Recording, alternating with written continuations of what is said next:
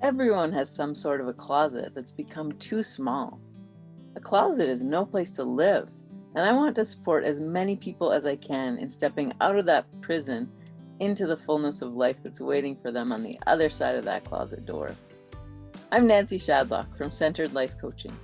Join me in listening to these Coming Out Chronicles. Get curious about your story, and then see what good things are waiting for you on the other side of your closet door. Carly, it's so wonderful to have you on the show. It's wonderful to be here. Thank you so much. You're welcome. Would you tell us a little bit about yourself? I am a wife and a mom, and I am discovering many things about myself now that I'm in my 30s. Turning 30 was a big deal. And I'm discovering that I am bisexual, but married to a man happily. And I am also really feeling called to dig in more to my indigenous ancestry, um, which is from Mexico.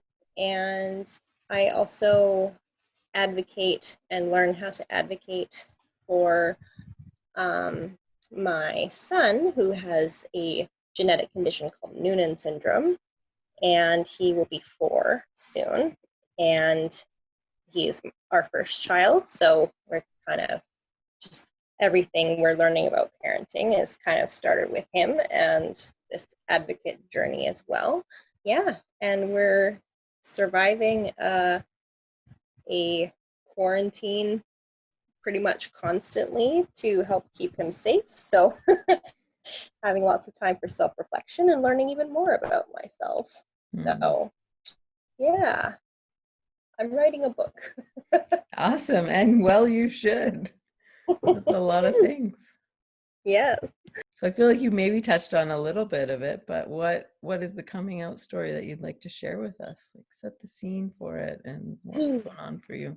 Well, I really publicly kind of made an announcement on my social media almost 2 years ago, and but I had kind of known about my sexuality for maybe another 2 years before that, and so I was in my late 20s by the time I kind of figured it out, and that's probably heavily due to growing up in a super conservative evangelical Christian environment. And so I was really growing up, I didn't even know that there was an option for something other than marrying a man and having children and being a Sunday school teacher or a worship leader or whatever acceptable roles there are for women in the church. And so I just sort of grew up in that. And as a child, I kind of had moments here and there where, looking back on it now, I realized, oh, I didn't just really want to be friends with that popular girl or that pretty girl. I had a crush on that girl. And I had, but I also had equal amounts of crushes on boys in school and or celebrity kids in movies that I watched growing up. I was equally like, oh, like that boy's really cute, but oh, that girl's really pretty, and it just kind of came naturally to me, and I didn't like I just viewed it through the lens like, oh, I just probably want to be that girl's friend, or and so yeah, and I think I don't remember specifically in my childhood being told that being gay or being anything other than straight was a sin. I don't remember a specific moment, but it was still like ingrained in me that anything other than men and women being married and having families was a sure way to book a ticket to hell, and God hated you. Um, and so a big part of my growing up I spent in the States, actually, until I was 10. And I remember thinking that, oh, if I had stayed in the States, I probably would have, the way that I was going, the path that I was heading on with my friendships with girls, was that, oh, I'm so glad I left the States and moved, because the way I was heading with these girls was they were gonna make me gay. And and um and so I just remember spending all my teen years being like, oh, thank you, God, for removing me from that situation and that temptation to want to be more than friends with girls. And thank you for surrounding me with boys. um, and so, yeah, for a long time, I was, at kids camp. I was a counselor. I was a worship leader, a Sunday school teacher. All of the roles that I was allowed to play. I played in, and I thought that was it. And I think that's probably a huge part of why it took me until my late 20s to figure out. And it's so weird too, because it's like in the church, when there's like, like, oh, you're straight or you're gay, like you're good or bad, or sinful or holy or whatever. It's always in this binary concept, right? So like, I thought that either I was straight or I was gay. There was no, like, I didn't have a label or an idea of anything else that it could be. And I think that was also a big part of me wanting to come out, because I wanted to sort of let people know that there is if you're into labels, I know not everyone is, but if you're into that, there's a place for you. You exist, you're valid. And the fact that I am happily married to a man for almost 8 years now, and have children, and I've never been in a relationship with a woman other than friendship. That doesn't mean that my identity is no longer valid, or that it doesn't exist, because that's actually been what I've been learning. A huge part of getting to know people in the queer community is that being erased from the narrative is a problem that happens even within the queer community. There's a lot of biphobia and just misunderstandings of what it means to be bisexual. And so I feel like I just really had to make a statement that I existed, that I was valid, and that that it wasn't bad or wrong for me to still say that I had a relationship with God, that God had never asked me to change myself. And just like God decided, oh, Carly has brown eyes, Carly has, wide hips, Carly has this, Carly has that. That's part of who I am, who I was created to be. And I've studied all the Bible. I've done my homework. I'm not just like saying what feels good or, sounds nice or whatever. Like, I've actually done my studying, and yeah, it's important to me that people know that you can be a person of faith and be queer or be in a relationship that's not necessarily the norm or the society's idea of what you should be. And especially when there's such high stakes involved, where kids are, they're coming out to their parents, or older people are coming out to their families, and they face so much rejection and so much mental health is, it's quite a process to even think about, am I ready to talk about this with people? And I've been doing it for almost 2 years, and I still get nervous sometimes, because I never know who, is this person I'm about to talk to? Am I ready to not defend myself, but just stand true to who I am, and or am I going to be met with, open arms? Or it's still a struggle for me. So that's why I know that if it's a struggle for me, then I can't imagine how much of a struggle it must be for other marginalized identities, especially in the church. And so I think it's important for me to keep talking about it and get more comfortable in it. So that's my long-winded way of of saying that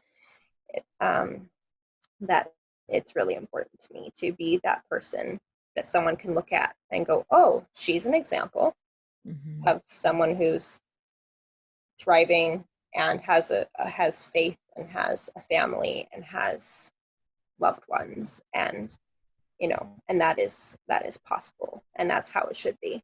So yeah, it's absolutely important that you speak out about this and not just get lost in the shadows of the binaries. And you reached out to me, and then within the same week or so, 2 other people also reached out and said they're happily married to men and they're bi, and they want to figure out how to like convey that in the world somehow. And one of them said that she first heard about this concept of being bi by listening to a podcast, and that's what like gave her the insight of like, oh, that's what's going on for me. I didn't even realize that this was a thing. And so that may happen today from you sharing your story. And I hope so. So important to share who you are so that others can know you, but also know themselves. What prompted you to make this post 2 years ago? Like, was there some kind of impetus that was like, yes, it's time for me to share this more broadly? I think it was a few multiple factors. I saw a friend of mine do her own coming out about being bi and married to her husband, and she's the type of person that just speaks so eloquently and so fiery, and she just inspires you to want to be like that. So when I read her post, I was like, okay, I'm gonna work my way up to being like her. And so then my first sort of step into that was to talk to my husband about it. And it's kind of funny. I was really nervous to tell him, because I was like, what if this is like a deal breaker for him? Right. Like, we've never talked about this. And so I told him, I was like, I think I'm bisexual. And he was like, yeah, I figured. and and I was like, what are you talking about? And he's like, well, every time we like watch a movie or something, like we always end up having like the same taste in women that we're watching on the screen. Like, so there were a few hints along the way that, we're both talking about how cute this girl is, or how how attractive this girl is, and that just seemed like a very natural conversation between the two of us. It wasn't weird. And so I was like, oh, okay, yeah, that makes sense. And so I was like, okay, well, now that I've had that conversation with him, he was the most important person in my life that I wanted to have that conversation with. And once that happened, and I felt just no animosity, no, like nothing had changed in our relationship, nothing had been, there hadn't been anger or misunderstandings or a fight or anything like that. It was just, yeah, I know, it's okay. And that kind of gave me a little bit more bravery to be like, okay, like, I want to be more vocal about this, and some people I know may not like it, but at the end of the day, he was the only person that I wanted to be okay with it. Right. And then the other thing that sort of had pushed me forward to be more vocal was actually becoming a mom myself. And I think growing up, I had always wanted to be a mom, and I always wanted, oh gosh, 4, 5, 6 kids, and now I have 2, and I'm like, yeah, I'm done.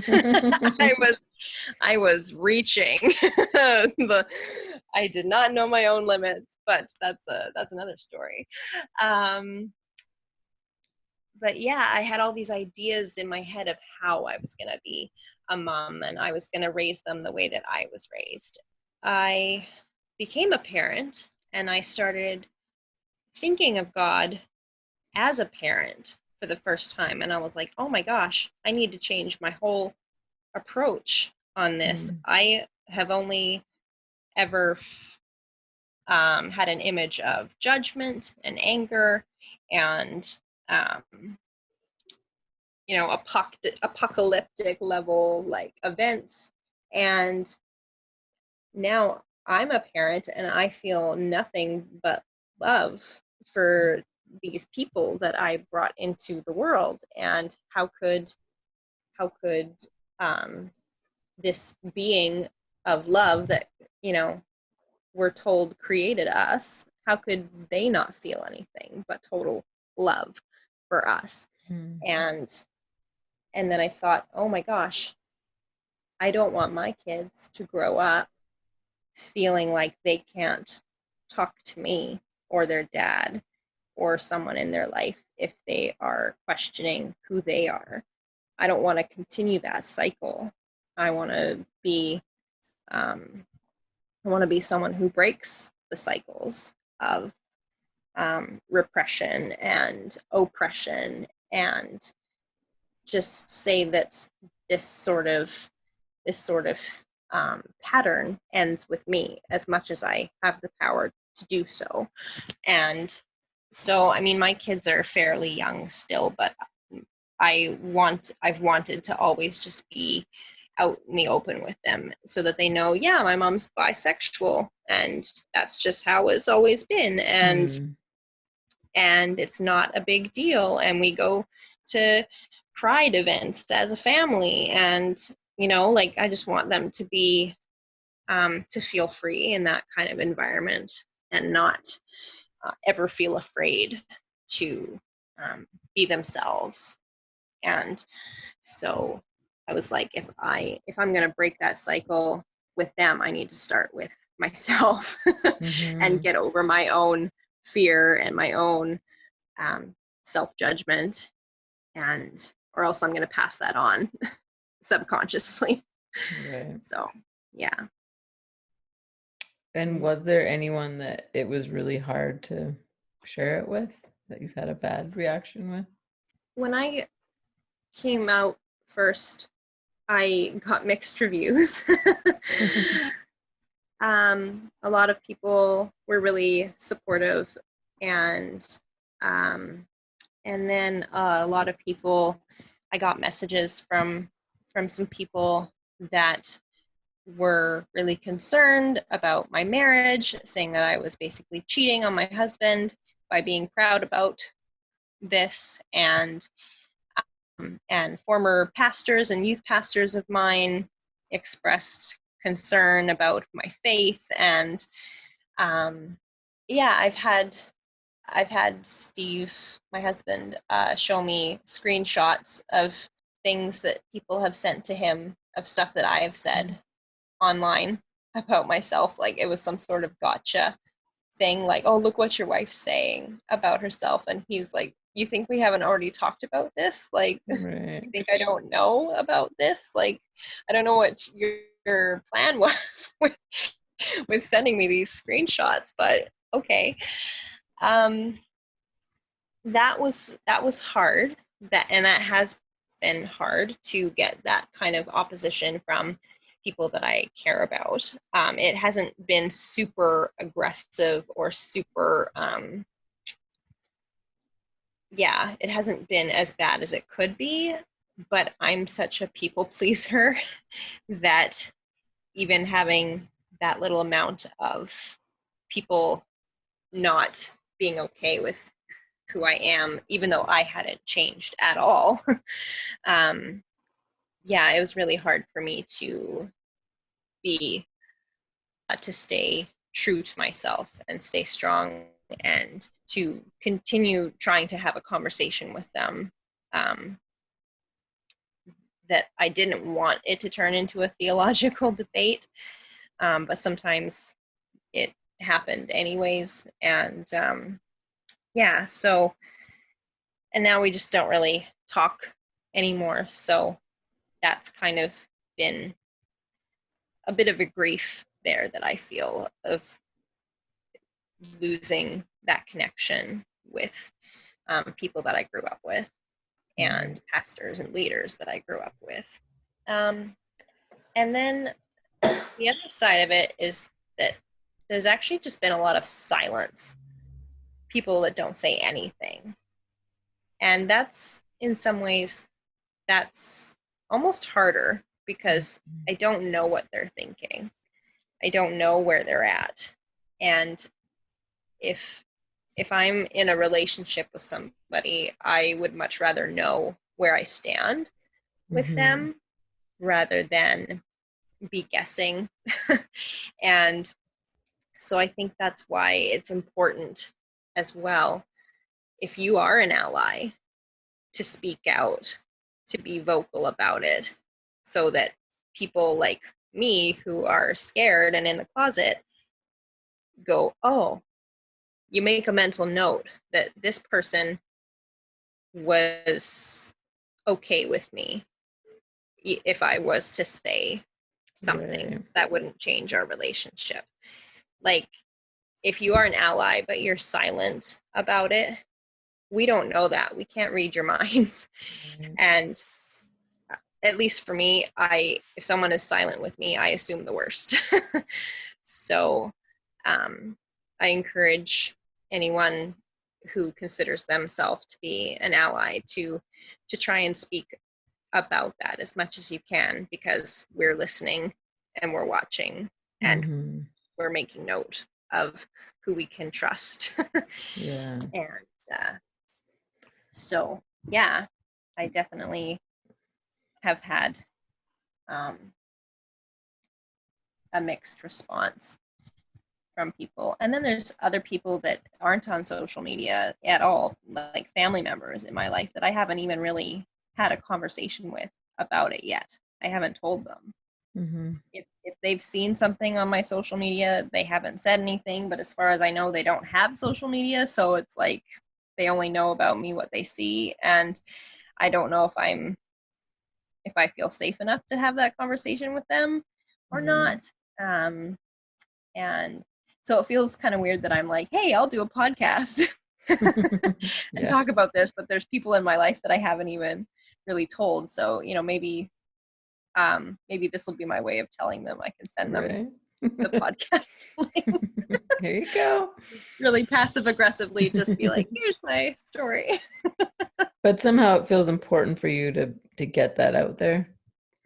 Yeah, it is. And I've already seen like good fruit of that, is that I've had multiple people now privately come out to me who can't anywhere else yet. Yeah, your safe space. Yeah. And that means a lot to me. I always feel really honored when someone can trust me with that sacred part of themselves. Um, I've even had a couple of kids that I used to teach or babysit growing up in the church who I I kind of like wondered about but didn't really like say anything. And then they have, you know, said to me privately that, that they're not straight or, whatever. And I'm like, okay, so even when I wasn't aware of it in myself, or I was repressing it in myself, I was still noticing there are people everywhere in the church that are closeted, and you know they could it could be so much different if we let it. Mm-hmm. And it could be an even more beautiful place if we let it. And so um, that's another thing I'm passionate about, is that, I mean, there are definitely some days where I'm like, you know what, I'm done with church, I'm done with God, I'm done with this whole thing. It's just too much, it's too abusive, it's too narrow-minded, I can't deal with it anymore. And then other times I get glimpses of hope where there's, a service that um, specifically mentions that they're affirming not just that all are welcome here and then we'll try to change you, that's in parentheses, but just all are welcome here as you are, in all your in your relationships, in your expression, in your identity, like that's all welcome here. And I'm like, okay, like, so, and that can be really healing for a Mm-hmm. lot of us who grew up with the trauma of repressing ourselves. And for some people, I can understand why that would be too traumatic for them to try and relive, and that's okay. I don't require them to um, continue being part of something that feels more abusive than healing at this point in their lives. And so, but as far as myself goes, I will try to be a bridge between those groups of people for as long as I can. And um, excuse me. So yeah, um, I think it's been hard, but it's been worth it to me to keep um, speaking up and letting myself be seen as I am. Mm-hmm. Yeah, that's such an interesting place as a bisexual person. Like you could easily hide, slide by. Like Yeah. we talk about how like my wife and I are constantly coming out because of our kids, because we were both pregnant at the same time, and so Mm-hmm. it's constantly outing us. But Yeah. what, like, there's something, yeah, I guess you've said it a few times now, like that it's important to do it, to be visible for other people, to Mm-hmm. be honest about who you are internally. Is Yeah. that another reason why? Yeah. I think yeah, it could be really easy for me to be straight passing. Mm-hmm. It's also fairly easy for me to be white passing, and um, and I've definitely seen a correlation there, that I've kind of had this privilege of being able to blend in with what society says is normal and acceptable and the top of the pyramid. And I have had to really dig deep into my ancestry and in my current identity and go, like, there are people out here that are like me that are suffering because they can't hide. They Mm-hmm. don't have that shelter of privilege. And I'm not okay with just letting that happen anymore. Now that I see it for what it is, I want to, if there's any privilege that I have, I want to use it to help others that don't have it. And Mm-hmm. if there's any marginalized part of me, I want to make that really big and visible and important so that it's not marginalized anymore. And I want all of me to be aligned and not feel like there's, okay, this is what I can show to people and this I have to hide away. And, like, yeah, that's been really, just in the last probably year or so, has become more evident to me that people like me need to stand out and take some heat if necessary, and try to make life better for others, even if it means giving up some of our benefits. It's really brave of you and sacrificial. Yeah, it's not always glamorous as they make it out to be in the movies or or in the stories that get told. So yeah. What would you say is your next coming out chapter? maybe on the frivolous side of things, I want to do something with my expression that's maybe a little bit more bold. Like, I don't know, I tried dyeing my hair purple a few months ago, and it lasted for a few weeks, and now it's orange, and so I regret that. So I'm thinking about, shaving it all off. It's quarantine. There's nobody to impress. Right. Yeah, or just get like a bunch more tattoos or a bunch more piercings or something. Like, that's kind of my, like, oh, I want to look a little bit more expressive. I want to look a little bit more queer, or a little bit more, not just like suburban house mom. And on the more serious side of things, I guess I would like to, as much as it feels safe to, I would like to be able to have conversations with people in my life that I haven't really been fully honest about myself with them yet. And just, I think right now, with everybody being online so much more, it's easy to kind of get caught up in that conversation behind your keyboard. And I'm really brave, when it comes to writing words that I can edit or delete, or, just make it sound really good. And I would like, when it's appropriate to, again, have in-person conversations with people, I would like to bring that bravery that I sometimes have into my in-person conversations. And but I still get like little mini panic attacks about it in my body, because I don't know if it's going to be safe for me yet. And so I really love hiding behind a keyboard at this point in my life. And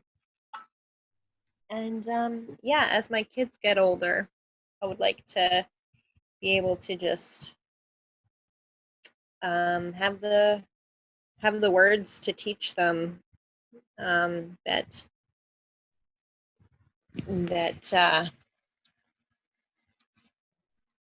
that someone like their mom and their dad, their relationship, and our friends that they have in their lives that are uncles to them or aunts to them, like, I want to be able to take them to weddings, and to, like I said earlier, to take them to pride events and just different things, so that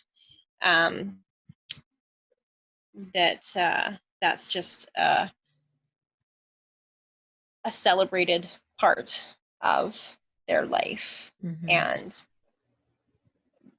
I think I'm nervous about that because I'm still learning. I'm still uncovering the biases that I have, and I'm still learning is um, what is the right way to say something. So I want to teach them in a way that is helpful and kind and good, and not be held back by my fear of saying the wrong thing or not knowing enough yet, or you know, there's so much.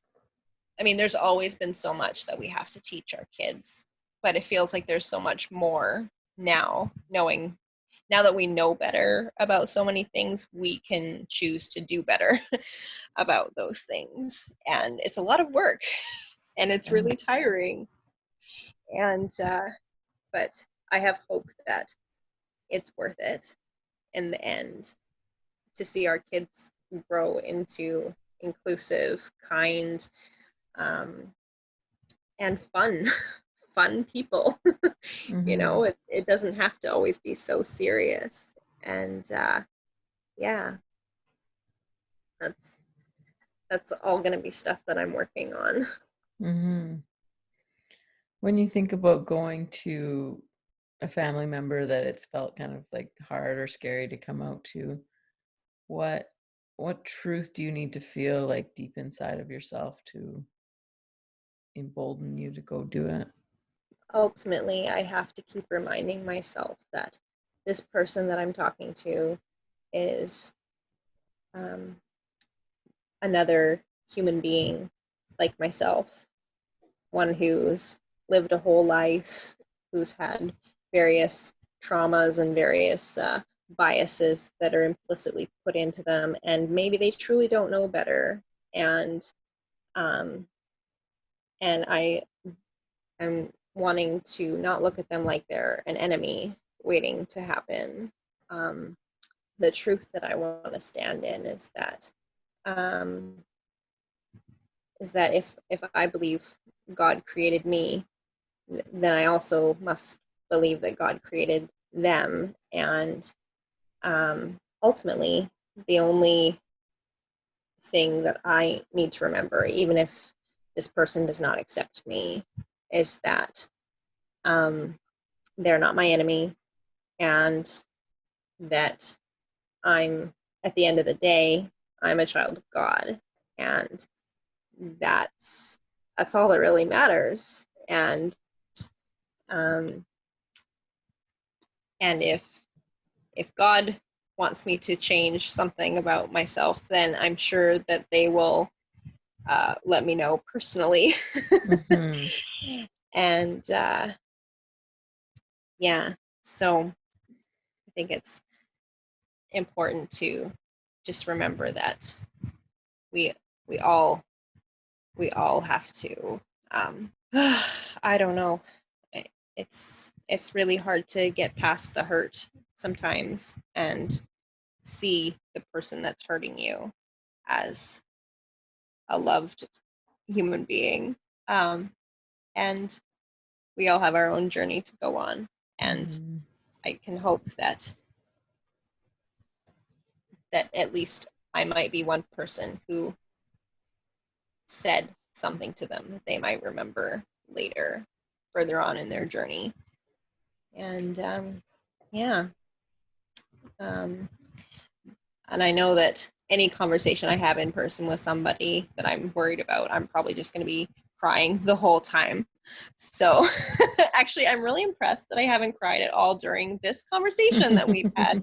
Not because I'm nervous to talk to you, but because I'm so passionate and it's all important, so important to me that I always get emotional in these kinds of conversations. And I am like holding it together, and I am just really proud of myself right now. Nice. Something that has struck me recently is that a lot of our fear leading up to the thing is usually worse than the actuality of it. Yes. Yes. Like I said earlier, I assume the worst. And that's kind of that's been my training since I was a kid, is to hope for the best, but prepare for the worst. And so, yeah, the anticipation leading up to something, yeah, that's definitely in some cases, that's worse than the actual conversation that you need to have, or the things that you need to do. And I would hope that at the end, when it's all said and done, that you feel a little bit better. Like, at least that's done. Well, at least you're congruent then. Like, there's not that part where you're going against yourself. Yes. I have spent way too many years, wasted way too much time fighting with myself. And it is time for alignment and integration and wholeness. Yes. May it be so. I love all those words. I look forward to hearing how that plays out for you as you live more and more into your truth. Me too. And I'm sure it'll all go into that book that I'm slowly writing. Awesome. Well, let us know when you have that ready, and also send us a picture when you get your shaved head or your new tattoo or whatever your big visible change is. Absolutely. Absolutely, I will. Awesome. Thank you for sharing your story with us, Carly. Thank you for listening. Thanks for listening to the Coming Out Chronicles. If you enjoyed it, give it a like. And if you think it would be helpful for someone else, please share it with them. If you'd like to connect with me, reach out on social. I'd love to support you on the next chapter of your coming out story. Until next time, this is Nancy Shadlock from Centered Life Coaching.